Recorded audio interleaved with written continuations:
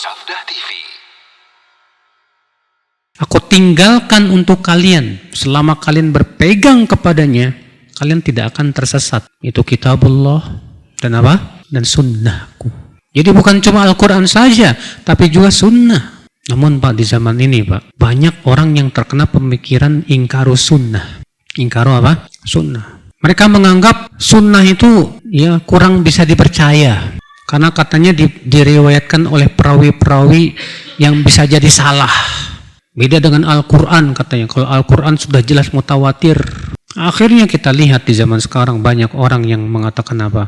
Nggak ada dalam Al-Quran. Ketika diwakilkan hadis kurang bisa dipercaya. Itu banyak, subhanallah. Dan Rasulullah sudah mengabarkan tentang munculnya orang-orang seperti itu Pak. Kata Rasulullah, yushiku an yajlisa rajul ala arikatihi wa huwa syab'an ta'tihi sunnatun min sunnati faqala da' min hadha ma wajadna fil Quran ittaba'na. Hampir-hampir nanti akan muncul seorang laki-laki yang duduk di atas dipannya dalam keadaan kenyang. Ketika datang kepadanya hadis, dia berkata, tinggalkan ini, cukupkan Al-Quran saja.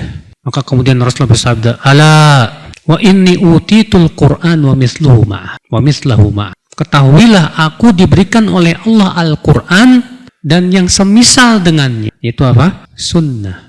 Berarti hadis itu hujah tersendiri Pak. Kalau kita sudah mendapatkan dalil dari hadis yang sudah jelas, gamblang, nggak butuh lagi nyari mana dalilnya dari Al-Quran, nggak butuh lagi. Karena hadis itu sendiri sudah berdiri sendiri dalam hujiyah. Nah, yang kayak ginian disamarkan Pak. Disamarkan Pak. Supaya orang menolak apa? Hadis.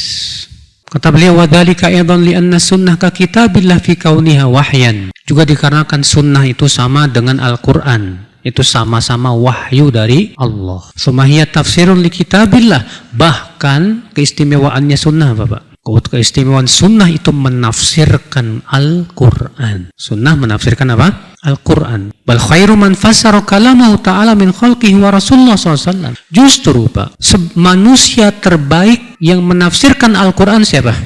Rasulullah SAW. Beliau yang paling faham tentang Al-Quran. Rasulullah SAW. Maka sungguh aneh orang-orang yang menolak hadis dan hanya mencukupkan dengan Al-Quran. Bagaimana dia cara sholatnya Pak? Dalam Al-Quran tidak ada tata cara sholat.